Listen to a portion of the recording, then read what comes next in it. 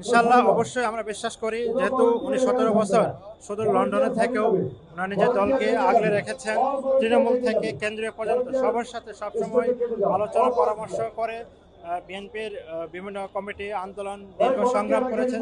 এখন যেহেতু উনি সরাসরি বাংলাদেশে আসছেন, অবশ্যই আমি বিশ্বাস করি আগের চেয়ে অনেকাংশেই গুণগত পরিবর্তন আসবে। সেটা রাজনীতি হোক, পলিসি মেকিং হোক, রাষ্ট্র পরিচালনা হোক, বিভিন্ন তৃণমূল থেকে শুরু করে কেন্দ্রীয় পর্যন্ত একটা আমূল গুণগত পরিবর্তন আসবে বলে আমি বিশ্বাস করি।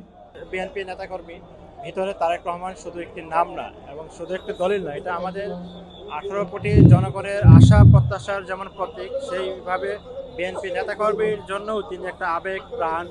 সেই আবেগ প্রাণের ভালোবাসার প্রতি আমরা ঢাকা শহরে প্রায় 50 লাখেরও বেশি লোক জমায়েত হয়েছে।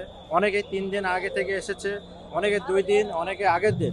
মজার বিষয় হচ্ছে সবার কাছে একটা ঈদের মতো আমেজ, ঈদের মতো একটা আনন্দ সবার ভিতরে বইছে। এবং শুধু তাই না, আমাদের বিশ্বাস তারেক রহমান যেহেতু বাংলাদেশের মাটিতে সকল ষড়যন্ত্রকে ভেদ করে উনি বাংলাদেশে এসেছেন এবং উনি অবশ্যই আগামী দিনে নেতৃত্ব দিয়ে গণতান্ত্রিক বাংলাদেশ গড়ে বাংলাদেশকে একটা স্থিতিশীল এবং ফ্যাসিস্ট মুক্ত বাংলাদেশ করবে, সেই প্রত্যাশা। সেই সাথে বাংলাদেশের সকল পেশাজীবী মানুষের জন্য উনি কাজ করবেন। ইতিমধ্যে উনি ফ্যামিলি কার্ড, ফার্মার্স কার্ড, সেই সাথে স্বাস্থ্য কার্ড নিয়ে কাজ করছেন। যুবকদের জন্য অনেক প্রণোদনা দিয়েছেন। ওনার একটা মাস্টার প্ল্যান আছে বাংলাদেশকে একটা উচ্চশিখরে নিয়ে যাওয়ার জন্য। সেই সাথে নেতাকর্মীরা তার প্রতি শতভাগ আস্থা রেখেছে।